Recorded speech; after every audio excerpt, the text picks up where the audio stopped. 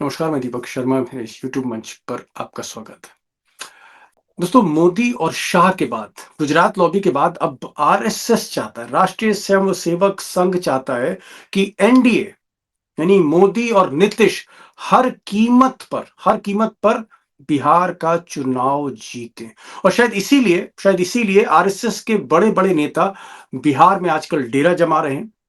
और आरएसएस के number 2 leader Mohan Bhagwat के बाद सीनियर मोस्ट लीडर दत्तात्रेय हॉसबोले जो जनरल सेक्रेटरी हैं, उन्होंने एक मीटिंग में अपने पदाधिकारियों से कहा कि आप पैसे की चिंता मत करिए। आप पैसे की चिंता मत करिए, चुनाव पर फोकस करिए, क्योंकि हमें हर कीमत पर बिहार जीतना है।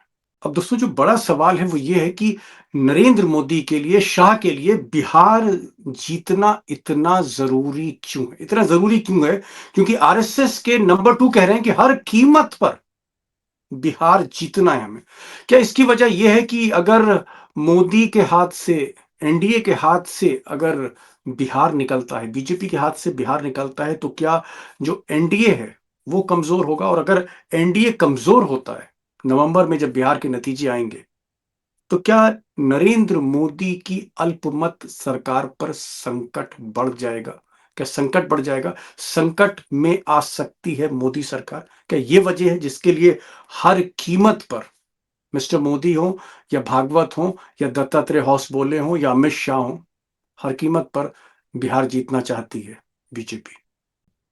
अब दोस्तों, बिहार को लेकर मेरी बातचीत बीजेपी के कुछ नेताओं से हुई और उनका ये कहना है कि अमित शाह को ऐसा लगता है कि अगर बिहार, बीजेपी हारती है, मोदी के हाथ से अगर बिहार निकलता है, तो नीतीश कुमार को कुर्सी से उतरना होगा। नीतीश कुमार को कुर्सी छोड़नी होगी, वो मुख्यमंत्री नहीं रहेंगे। और अगर मुख्यमंत्री नीतीश कुमार नहीं रहते, जो उनकी वन मैन पार्टी है, जेडीयू वन मैन शो है, तो जेडीयू का टूटना फिर लाजमी, फिर जेडीयू कमजोर होगी। अगर नीतीश कुमार कुर्सी से उतरते हैं तो जेडीयू कमजोर होगी, जेडीयू स्प्लिट हो सकती है। उसमें जो समाजवादी धारा के, जो सेकुलर टाइप के सांसद हैं या विधायक हैं, वो अलग हो सकते हैं, और लल्लन सिंह, संजय झा जैसे, जो आप कह सकते हैं अमित शाह की गोद में बैठे नेता हैं, ये अलग हो सकते हैं। पार्टी स्प्लिट हो सकती है, एनडीए कमजोर हो सकती है। और अगर एनडीए कमजोर होगी तो मोदी जी के लिए संकट बढ़ेगा, क्योंकि ऐसी स्थिति में किंग मेकर सिर्फ एक ही रह जाएंगे, नायडू बाबू।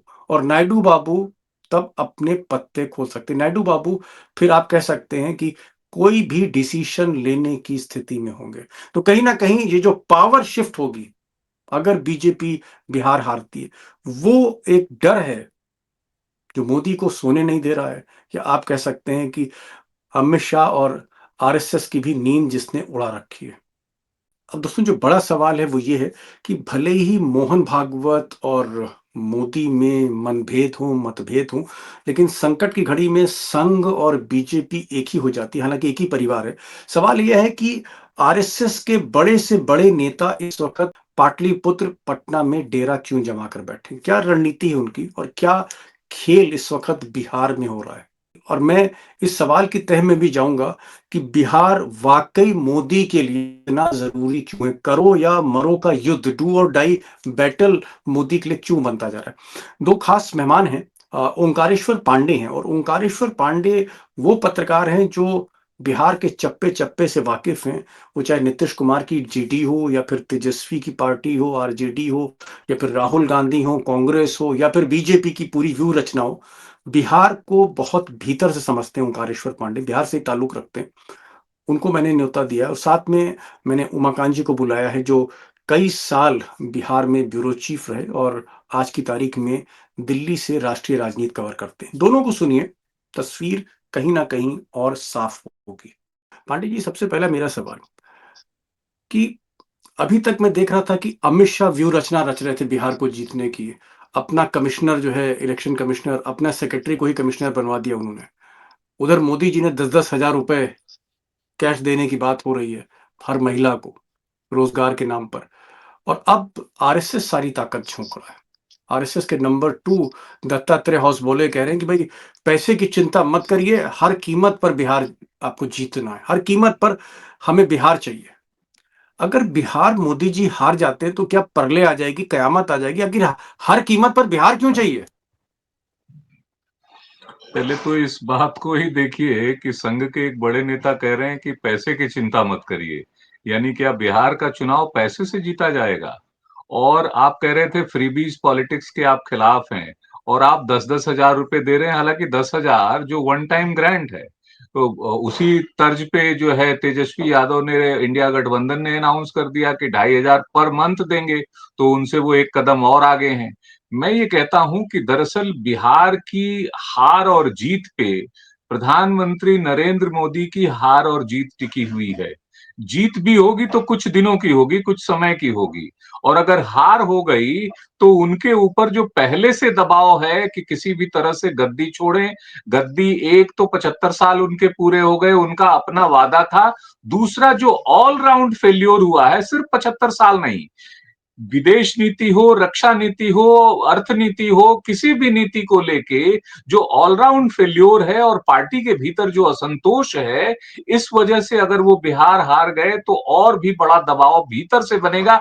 बाहर वालों की चिंता छोड़ दीजिए, बाहर वालों के लिए तो जब तक नीतीश कुमार और उनकी चंद्रबाबू नायडू की बैसाखी है, ये सरकार चलती रहेगी। दबाव दरअसल भीतर से है, इसीलिए कोई एक्सप्लेन नहीं कर पा रहा है कि सब कुछ अच्छा है तो 1.5-2 साल होने को है, पार्टी का अध्यक्ष क्यों नहीं तय हो रहा है? तो पार्टी का अध्यक्ष नहीं तय हो रहा है क्योंकि संघ प्रमुख और इनके बीच गहरे मतभेद हैं। अब देखिए, पिछले दिनों संघ के शताब्दी वर्ष पर जिस संघ से निकल के आए प्रधानमंत्री, उसका शताब्दी वर्ष है और प्रधानमंत्री को नहीं बुलाया गया, या बुलाया गया तो गए नहीं। आप किससे वो पूर्व राष्ट्रपति रामनाथ कोविंद को वहां पर आप चीफ गेस्ट बनाते हैं। एक और चीफ जस्टिस की मदर को बुलाया, वो नहीं आई। प्रधानमंत्री को जाना चाहिए था, ये सबसे बड़ा सवाल था। दूसरा, प्रधानमंत्री ने एक दिन पहले डाक टिकट जारी किया या उसपे सिक्का जारी किया 100 रुपए का, भारत माता का चित्र लगा के, उस पे नया विवाद खड़ा हुआ है कि ये भारत माता का चित्र तो बंग माता का चित्र था, आपका चित्र कैसे हो गया? कौन सी कैबिनेट ने इसको पास किया है कि ये भारत माता का चित्र होगा? दूसरा, अगर भारत माता का चित्र अनाउंस कर रहे हैं संघ के 100 साल पूरे होने पे, तो क्या संघ प्रमुख को ही नहीं बुलाएंगे? संघ प्रमुख ने इनको नहीं बुलाया, इन्होंने संघ प्रमुख को नहीं बुलाया। और अब नंबर 2 को आपने बिहार में उतारा है कि कहते पैसे की चिंता मत करना, किसी भी तरह से येन केन प्रकारेण साम दाम दंड भेद से जीतना है, ये बिहार में दिखाई दे रहा है। लेकिन बिहार के लोगों को याद आ रहा है कि जैसे मोहन भागवत जी ने कहा था कि आरक्षण हम हटाएंगे, उसका बिहार पे असर पड़ा था। इन्होंने कहा था धर्मनिरपेक्षता और समाजवाद दो ऐसे शब्द हैं जिसको संविधान से निकालना चाहिए। तो बिहार की जनता याद करेगी कि जी। जो इन्होंने कहा था, इसका मतलब संविधान बदलने वाली बात फिर जो है वो मुद्दा बन के उठ जाएगा। जी। लखड़ा साहब, क्या हॉस बोले जो नंबर 2 हैं, उन्होंने कमान आरएसएस की तरफ से संभाल ली है और आरएसएस भी सारी ताकत झोंक रहा है बिहार में? आरएसएस खुद नहीं झोंका है, आरएसएस को कहा गया है मैदान में उतरने के लिए। जिसको कहते हैं ना कि खतरे में है, पूरी रियासत खतरे में है। तो रियासत खतरे में है तो एक किस्म से इसको फायर फाइटिंग बोलेंगे। फायर फाइटिंग जब चारों तरफ आग लग जाती है तो जो छोटे-मोटे फायर स्टेशन होते हैं, चाहे वो 20 किलोमीटर दूर है, 40 किलोमीटर दूर है, वहां की भी फायर स्टेशन की गाड़ियां बुला दी जाती हैं। आज बिहार में भारतीय जनता पार्टी की वही हालत है। हंसबोले आज मीटिंग कर रहे हैं, आज सुबह वो पटना में उतरे, वहां धर्मेंद्र प्रधान जो इंचार्ज हैं, वहां तावड़े जो बड़ा विनोद तावड़े। कुख्यात व्यक्ति है, वो उनको मैदान में उतारा गया। तो एक लंबा खेल है इसके पीछे और बिहार को जीतने की किसी भी कीमत पर, ठीक है, सरकारी खजाना खोल दिया, उसकी तो सारी चीजें मार्केट में आ गई हैं, बाजार में आ गई हैं। लेकिन अब तो भीतर से जब आरएसएस और संघ को उतार दिया गया तो आरएसएस संघ ऐसा नहीं है कि जो उत्तर प्रदेश में या मध्य प्रदेश में, राजस्थान में, आरएसएस और संघ कभी बिहार में मजबूत कभी नहीं रहा। वहां तो सोशलिस्ट और कम्युनिस्ट वामपंथी साम्यवादी लोग का गढ़ रहा है। तो ऐसी दशा में एक बड़ी चुनौती पैदा हो गई है संघ के लिए कि वहां कैसे ये जो निर्देश दिल्ली से गए हैं उनको जमीन पर कैसे उतारा जाए। जी। जी। पांडे जी, बड़ा एक लाजमी सा सवाल है और सवाल बड़ा एक ऑब्वियस सा है कि अगर वाकई स्थिति कमजोर है बीजेपी की बिहार में या एनडीए की बिहार में, नीतीश कुमार की तबीयत नासाज है, मोदी और अमित शाह सेटल नहीं हो पा रहे, सारे तिगड़म खेल हम देख रहे हैं इस वक्त बिहार में हो रहे हैं, चुनाव के वोट चोरी से लेकर और पैसा बाँटने तक। मान लीजिए अगर मोदी के हाथ से बिहार निकलता है और नीतीश कुमार को फिर मुख्यमंत्री की कुर्सी से उतरना पड़ेगा, जेडीयू वीक होगी, एनडीए वीक होगी, क्या ऐसे में नायडू बाबू कुछ खेल कर सकते हैं? अगर एनडीए वीक होती है, क्या तब नायडू बाबू कोई पत्ते खोल सकते हैं? देखिए, बिहार के चुनाव से सबका कनेक्शन है। सबसे पहले तो इस पूरे के पूरे एनडीए कोalition का, जिसके नेता प्रधानमंत्री नरेंद्र मोदी हैं, उनके ऊपर सीधा असर होना है। क्योंकि मोदी मैजिक तो पिछले चुनाव में टूट चुका। जब 400 पार का नारा खत्म हुआ और 240 पे आके गिरे, तो वो तो मोदी मैजिक तो टूट चुका है। सरकार बन गई नीतीश बाबू और चंद्रबाबू के माध्यम से, चंद्रबाबू नायडू के माध्यम से।